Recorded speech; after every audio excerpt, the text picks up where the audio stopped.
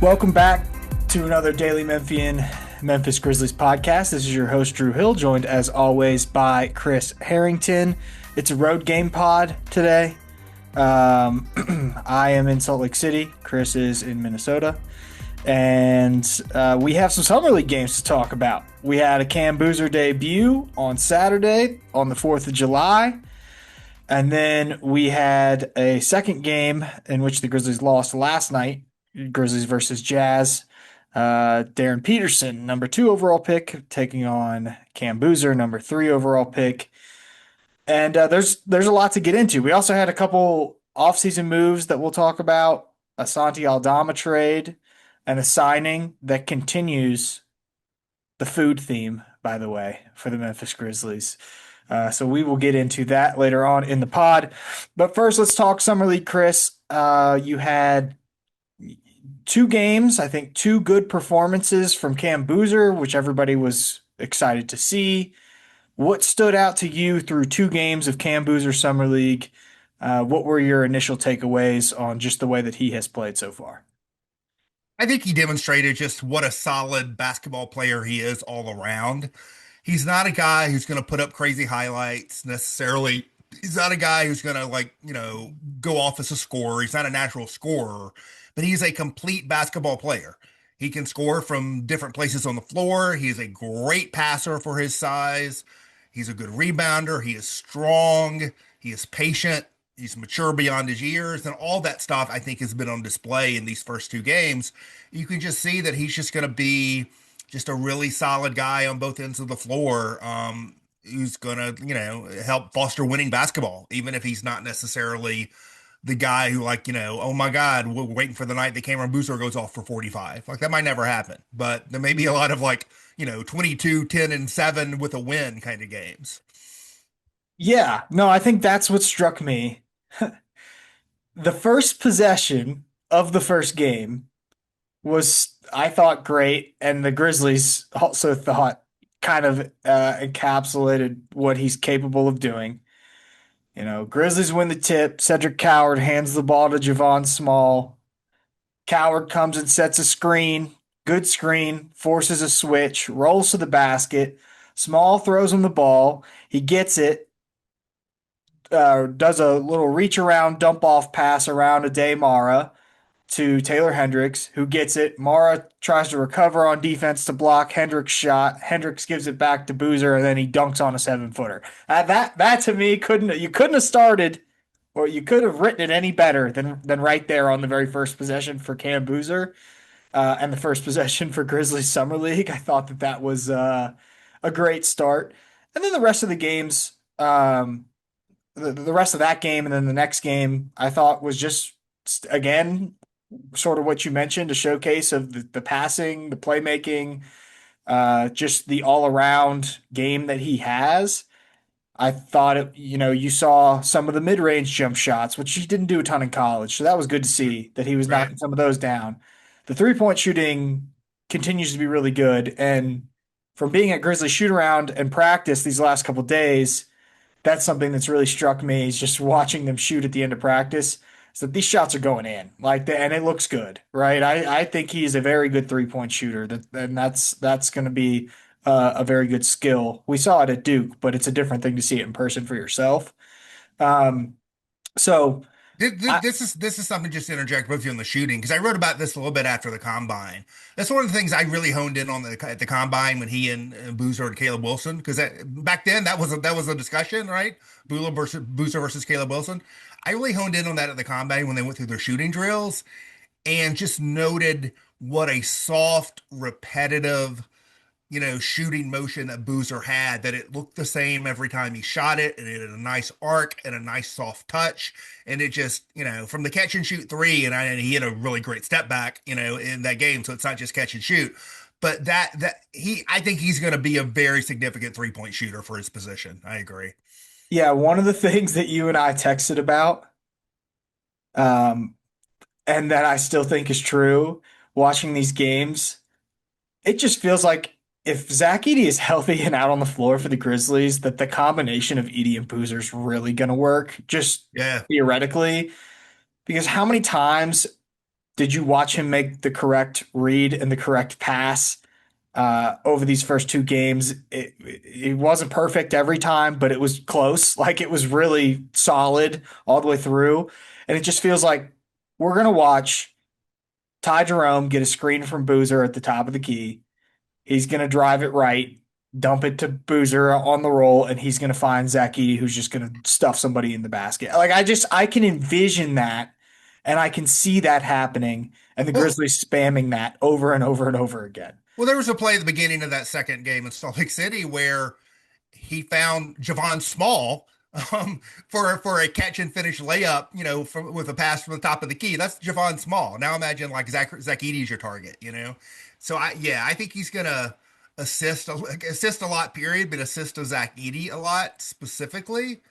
I do think, and I don't really care about it that much in a summer league game because A, they're just getting used to each other, and B, it's summer league, which is no matter how much the coaches want to try, it sort of lends itself to chaos and up and down, basketball anyway.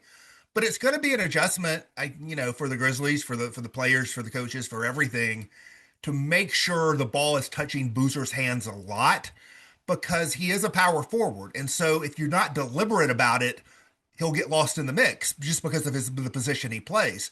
And he is such an advanced shooter plus passer that he needs a lot of touches on the perimeter. Like he does need to be sort of a point power forward, and they're just going to have to get accustomed to drilling into making their offense work in a way that the ball's touching his hands a lot. Yeah, no, I agree. And in that second game, I think he could have been more involved, Yeah, frankly, that there was a little bit of tunnel vision at times from Javon Small and some settling from Cedric Coward, and we can get into them. yeah, But let's stick with Boozer for a little bit. yeah, I yeah, haven't been able to write it yet. I think I'm going to do that today, so you can keep your eye out for the Daily Memphian. I've been trying to work on a big feature on Boozer. Um, and one of the things that just strikes me, both from the interviews and from talking to folks that have been around him for a long time in his life and folks within the Grizzlies organization, is just that here's this 18-year-old kid that's in an extraordinary position as the number three overall pick and the new face of the franchise, centerpiece for the franchise. And he just doesn't, it just seems like he couldn't be a more normal 18-year-old kid, right? right. Um, who watches crappy reality TV and grew up in Miami and loves to just go to the beach and hang out on the boat and just is I don't know how to explain it. Like, has this really calming demeanor and energy around him, like that's never rattled. It just feels like it doesn't matter who you ask. You can ask over and over and over again, and that's just the answer that you're going to get. Like what is remarkable about Cam Boozer's life? Well, just that he's an awesome basketball player and really not that much else. And he's a player that his story's been told over and over and over again because of uh, his own celebrity being a incredible high school basketball player, an incredibly successful high school basketball player and college player, because of his dad's career that he had in the NBA. And that makes him stand out and that makes him different. But when you get down to the bones of it, it's he really couldn't be a more normal 18-year-old kid. Um, and to me, that's been really striking. But like the confidence that we saw in the introductory press conference and after the draft of him saying, I think we're going to surprise people. I think we have a better team than people realize it has continued here.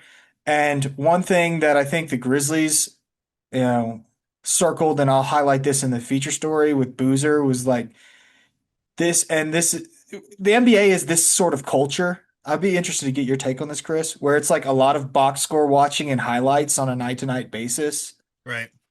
And the Grizzlies just want to distance themselves from that, like almost entirely, where it is not about the individual performances the way that it may have been in the past, and it is more about the collective of this team. And they just feel like they couldn't have gotten a better fit for a kid that just doesn't care about the box score, doesn't care about the individual stats, is going to play team basketball regardless, is not going to force up the shots so that he can get his is always going to be this. steady, all around, versatile type of player. And that was something that Isolo even mentioned, right, during the introductory press conference about how we want to get to a point where the identity of this team is more collective. And I think that they got a great player for that culture, for what they're trying to establish. Um, and they're very thrilled with the early returns from Boozer in that sense, and also what they've seen on the floor from him in these first two games, because there's going to be monster summer league performances where guys go get 45 points as a rookie and take a whole bunch of shots. It just doesn't feel like he's going to be one of those players because he's not going to play selfishly. It's just not the way he's wired. Do you have any thoughts on that, on the Grizzlies, like making this cultural shift, and also how he might fit into that? No, it's an interesting thing I think we're going to watch evolve over time. I think you're right about intention. Intention and effect are different things. This is what I sometimes call a subject for further research, but I'm interested in, some of the same like player deployment philosophies that Isolo used that rubbed a player or two wrong last season and maybe rubbed some fans wrong. I think he's not going to go away from. And I think the roster he's going to have this season, it makes sense with the roster he's going to have. He's not going to have a player who feels like they need to be playing 34 minutes and taking 20 shots. There's just no one of that sort of combination of age and stature on the team. I think they're super deep. They're a super deep team without a clear-cut star because Boozer's not that yet. He's working to become that. So they're going to be a deep team without a clear-cut star. That's going to allow them to play these sort of deep rotations and the quick subs and all of that, which he wants to do to sort of build chemistry and build advantages and build a culture. And they also want to develop the players they have on their roster, both to become better basketball players for them and also to become, frankly, better trade assets in the future. So it's going to make all the sense in the world to play the way he wants to play with 11-man rotations, 12-man rotations, the quick subs, the team oriented style. The question is going to be how that evolves over time. How successful it is over time when you move out of a rebuilding phase, how well players, still can not acclimate to it, but how well players operate within that when their stardom starts to grow, or it's more of an evolution over time. But I think it's going to make sense this season, and I don't think there will be friction around it this season. It'll be the right thing to do with this team this season, and I'll be interested to see how all of that evolves over time. But if they're targeting players who have a kind of mentality around team that's going to make however it needs to evolve. And I'm not saying they should still play that way in 3 years. I don't know. I'm agnostic on that, but I think that they are targeting players. Boozer, they didn't really target Boozer. He fell to them, but it was a perfect fit. I think they want players who have that kind of mentality, and that's going to help them sort of move in that direction. Yeah, and to your point a little bit, I think it's worth noting that, you know, there's different ways to build teams in the NBA, right? And that, sometimes it's not a bad thing to have a really good player who's going to get theirs, right? That Yeah, yeah, yeah. doesn't, I'm not suggesting that in a negative context actually at all. Um, I mean, we all saw Jaylen Brown, right? And what he had to say about his favorite season was the one he put up the best numbers. Right, And, he also won an Eastern Conference Finals MVP and a Finals MVP and helped carry the Celtics to a championship. And so there's different ways to build this. But when you start with a clean slate, the way that the Grizzlies are starting with a clean slate, you're afforded the opportunity to build the team how you want, not around what you already have, but how you want. right. And I think that's sort of what they're doing here in this situation, is deciding what's going to be part of their identity, deciding the types of players that they want to have on their team, and then building out from there. And again, it's just, I'm with you. I think we'll look in 3 years and we'll ask if this was the right strategy. I think that's always going to be the case, but it does feel like they have found the players to match the ideals that they're trying to institute here. And so that Well, is, I yeah. mean, I mean, to that point, I mean, Boozer's a rookie and has a hyper unselfish style anyway. Zach Edey can't be playing 35 minutes even if he wants to. Not yet, not this season. and you have so much depth at guard. There's just not going to be tension around that stuff this season, I don't believe. And then whether it's the right style 2 or 3 years down the road, will potentially be debatable. Like we'll see. But I think it'll be an interesting thing to see evolve. One final note on Boozer, because we probably need to pivot into some other players. Just one more like hyper specific observation I took out of that second game. There were a couple plays around the basket where I think illustrated both, some of the deficiencies in his game, but also some of the solutions he has for those deficiencies. Like there was a play I think in the first half where he had to, like pump fake twice and then sort of spin baseline to get a shot off and he scored. There was another play where I think he got blocked and then he got it back and scored. And I think you see there is a verticality problem he has as an interior scorer. You saw it in college and you'll see it again in the NBA. But he's able to offset that with so many other things. He has great hands. He's really strong. He's really patient. There's always the threat of the pass, in addition to the score. And he just has so many other qualities he can use to offset that and still like be productive anyway. But I also think to go to the point we were sort of making earlier, that's not going to be the bread and butter of his game in the NBA. It's going to be more perimeter oriented with the shooting and the passing. That's going to be, I think, his highest and best use on the floor. Yeah.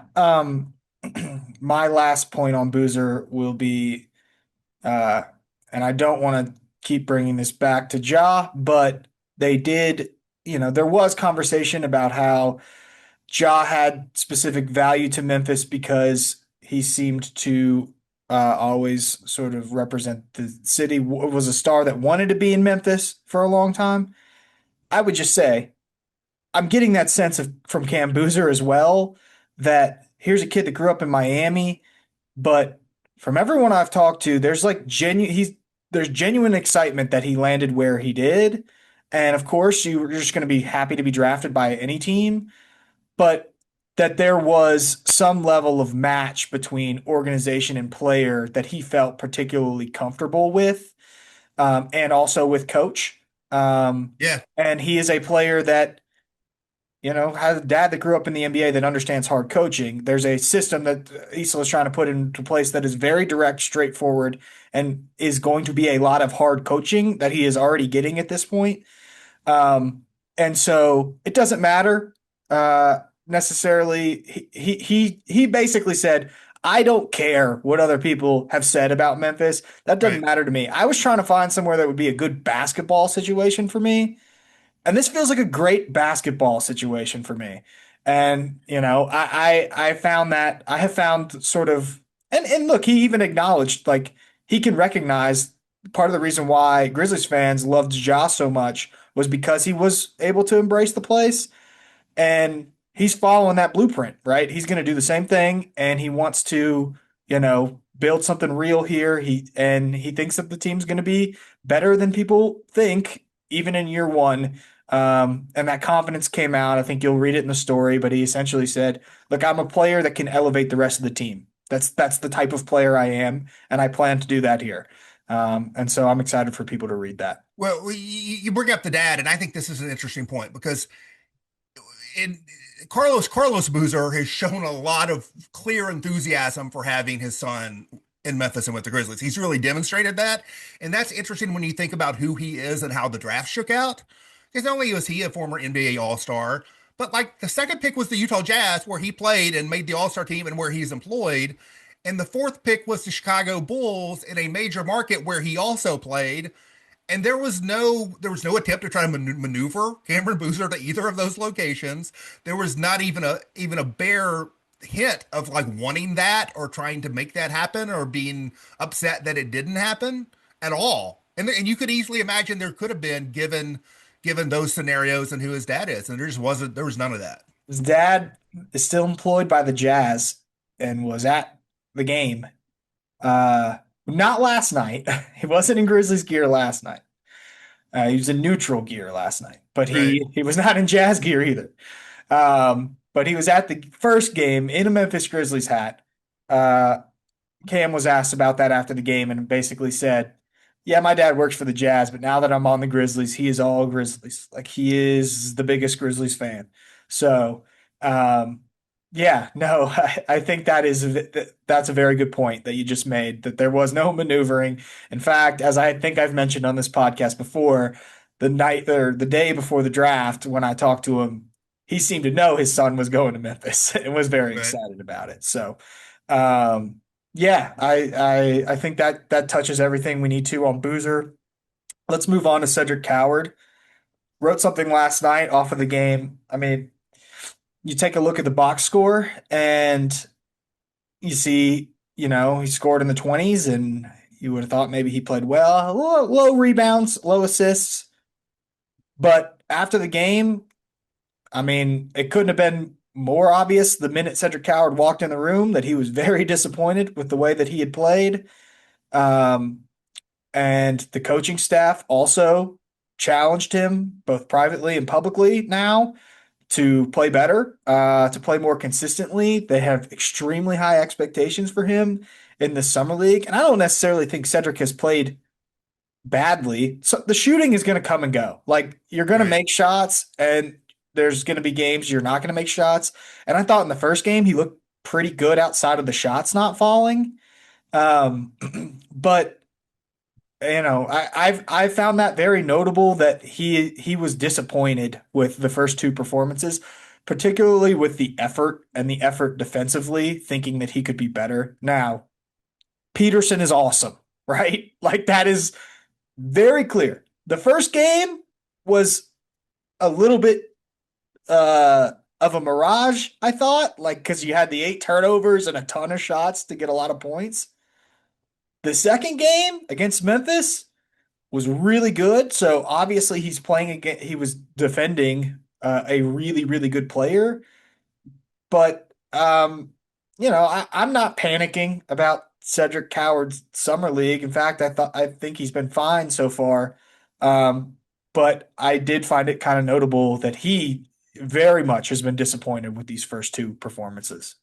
Well, you like to see the ownership and the self criticism and the acceptance of the coaching and all of that from him. Not surprising, but I think that's good to see. My take on these games, watching them from afar in terms of Coward, is it seems to me like he's putting a lot of emphasis on being more aggressive on both ends of the floor. I think that's good. Sometimes it's led to some forced shots. It's led to some gambling on defense.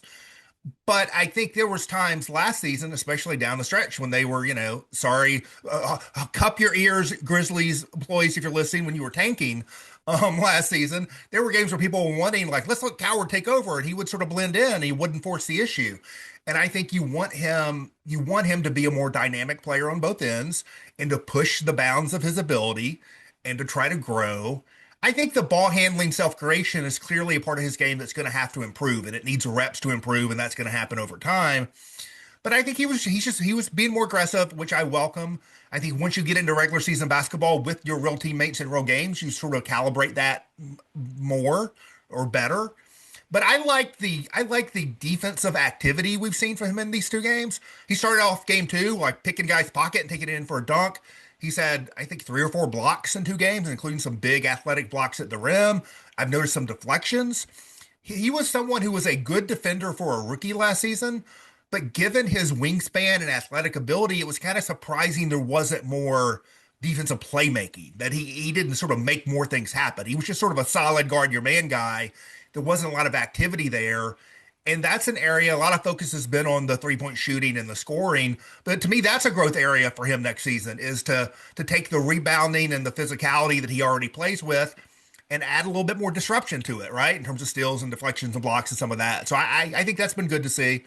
I'm not going to make too much of shooting in 2 summer league games. Yeah, and the thing about the defense too, that I would just point out, the part that he was really disappointed in was there, and to your point, actually both Coward and Eric Schmidt, who's coaching the team in summer league, um, both pointed out that there have been really good moments defensively for him with that pressure and stuff, Yeah, but it hasn't been consistent, right? There right. hasn't been enough friction on some of these ball screens, and there hasn't been he hasn't played to that full aggressiveness level consistently. That's what they want all the time. They don't want it in spurts. And so, that's sort of where things line up. Offensively, he feels like in the first half of the second game last night against Utah as we record. Did a really good job of getting to the driving lanes. I think he was 5 for 6 in the paint. He was getting layups. He was getting good looks. Second half, those driving lanes turned into 3 pointers where he settled and he said, I held the ball too long. Basically, was saying I should have gotten Boozer the ball more. Um, and Javon Small, like we have other players we can play through, and I kind of stopped the ball too frequently on offense. And then on defense, it was like I just didn't have the full 100% intensity and effort the entire game the way that I should have, and I just let moments go. And that's part of the reason why he was so disappointed. But again, I'm not really worried about Cedric Coward. I think he's the type of player that's not really the type that's going to be getting in his head over stuff like this. I think at this point, he's just, you know, hard on himself and he's being put in a position where the coaches are going to be really hard on him in summer league, and all of that is intentional.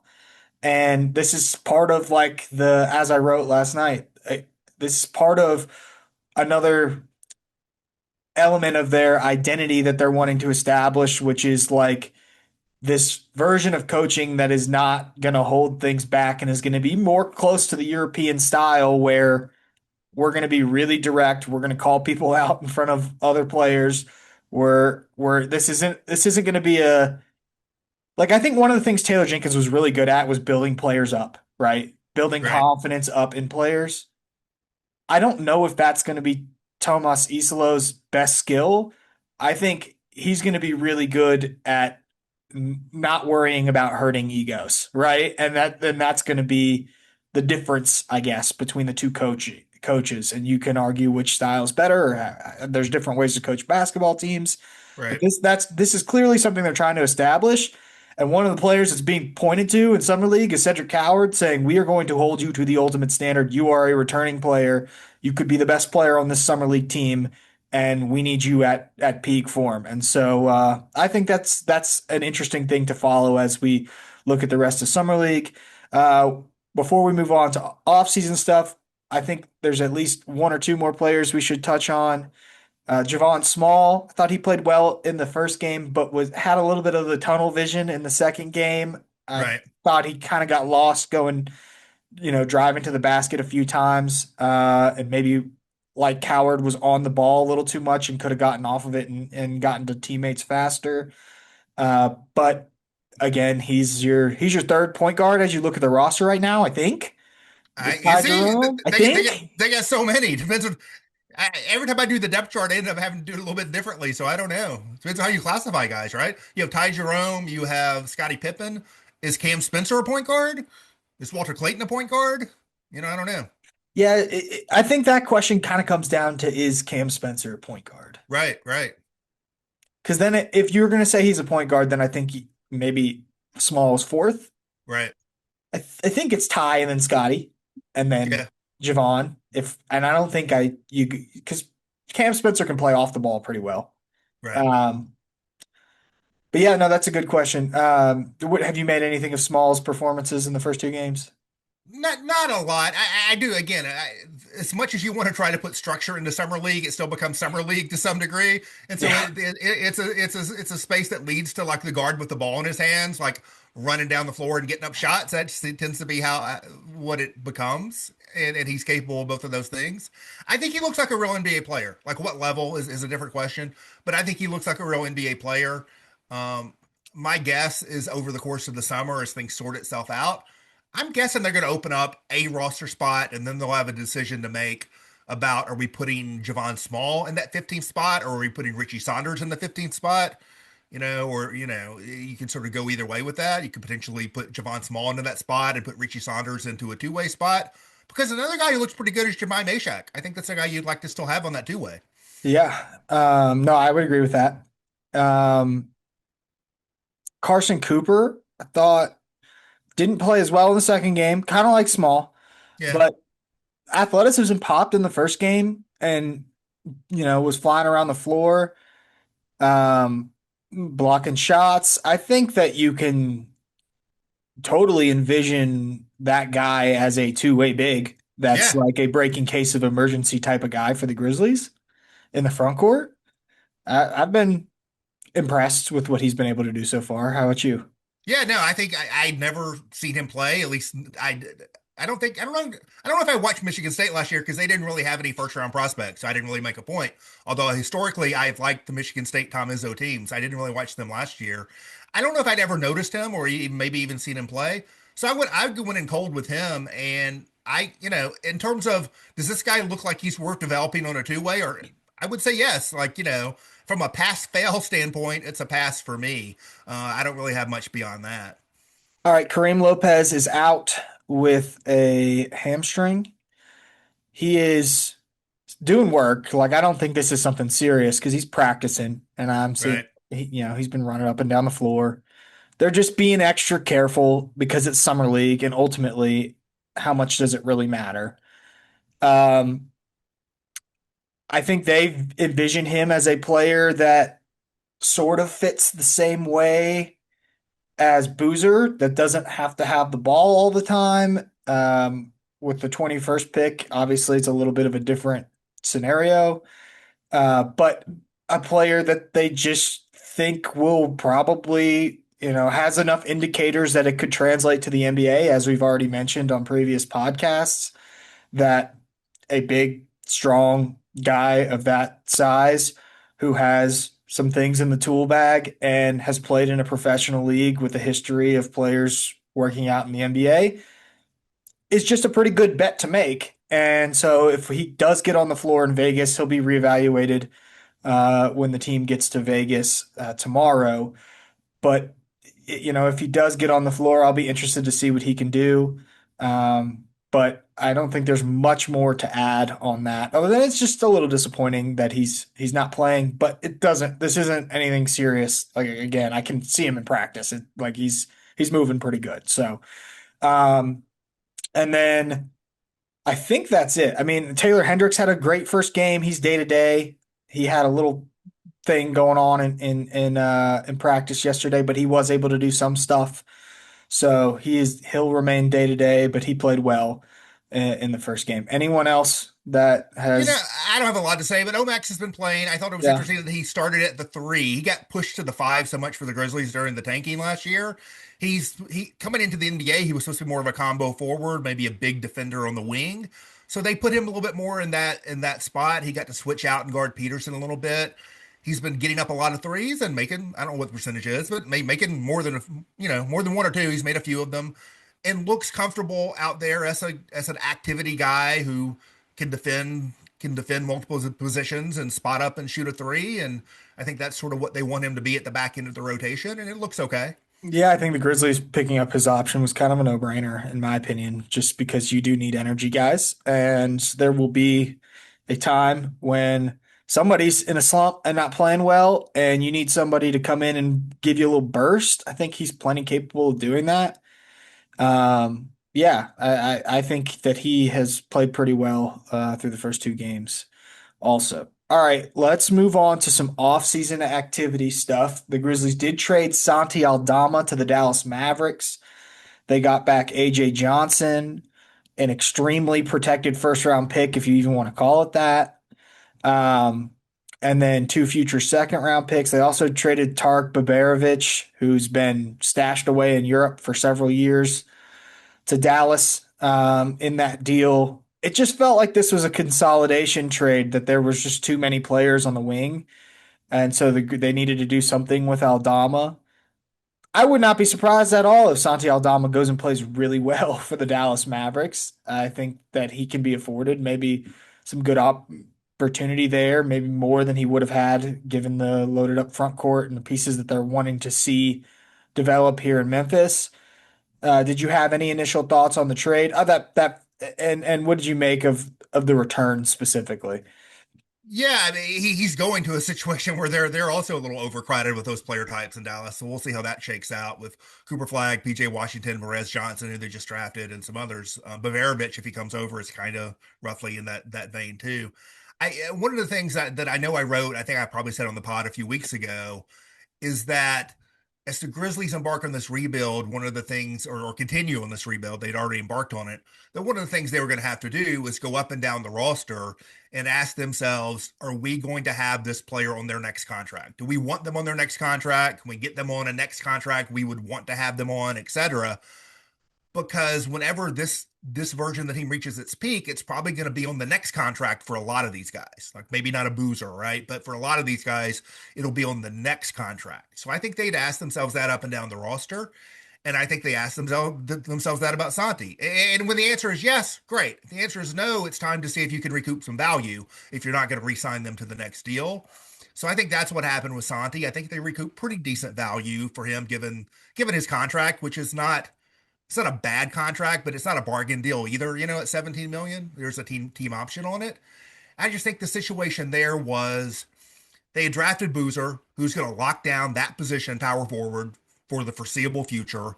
They also had Gigi Jackson and Kareem Lopez, who were, younger, theoretically higher upside. We'll see about that. Players that they want to develop at that spot. And then you bring in Jeremy Grant in the John Morant trade, and he's going to be playing for the Grizzlies at least next season. And it gets really crowded. And that's not even including Taylor Hendricks or Omax Prosper. So they needed to thin that out. And once they decided like we're probably not going to re-sign Santi Aldama, then it's a good decision to recoup value for him. As we're recording on Tuesday morning. The trade is not processed yet. There's another aspect of this that's going to be related to the Isaiah Stewart trade, which also has not processed, even though it came out 2 weeks ago. And I don't want to get too much into the weeds, but these things are going to be related one way or the other. Either they'll be combined into a single trade, which I think is likely, or even if they're not, they will be lined up in a way that the Grizzlies will create a trade exception via Aldama, sending out Aldama that they'll use to take in Isaiah Stewart. And however they process it, it will allow them to bring in Isaiah Stewart without using any of that big trade exception from the Jaren Jackson Jr. deal. So that's kind of one aspect to it. In some way, you can think of it as they traded Santi Aldama for Isaiah Stewart and they got some draft assets along with it. That's kind of what ended up happening here. Yeah, don't be surprised. Because I won't be surprised when that just becomes one big trade between a bunch Right. of teams. That's Yeah. that's for everybody involved. If you're just looking at the scenario. So that's what I expect to happen as well. Um, I mean, I guess we could just note AJ Johnson has played in the league for a few years. Doesn't seem likely that he will be like on the roster. Maybe he will My be. I would like to see him in summer league though. If they were going to have him on the roster, why not have him come out to Vegas and be on the summer league team?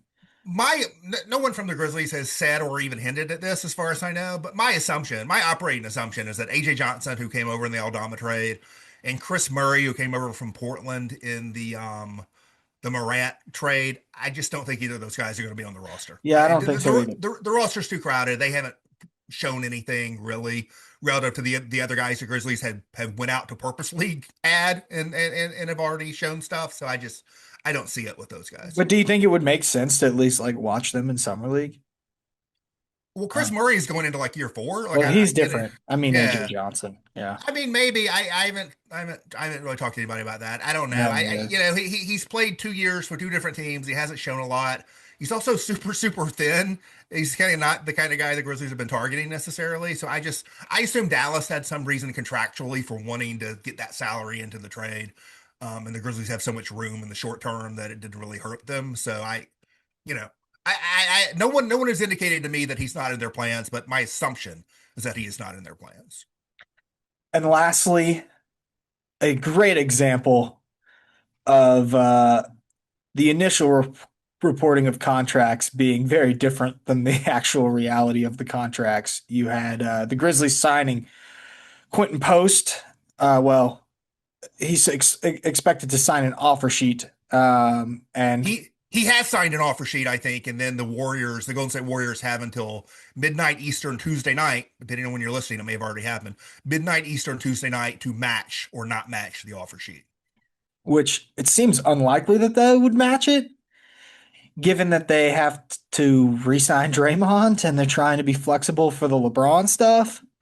So the Grizzlies have put the Warriors in a pretty tough spot here.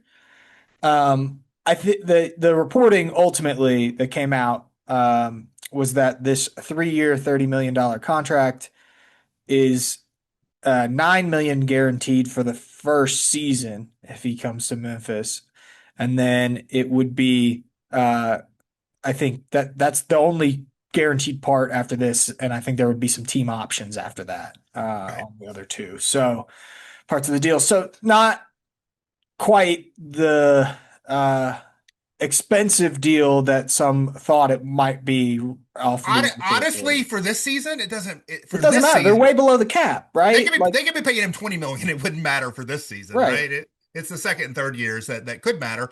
Although, frankly, their projection is to this point, like they could have him for 9-10 million next year, meaning 2027, 28, and still have max cap space. So like I don't, to me this is not a big deal either way, but it is non-guaranteed on the second and third year.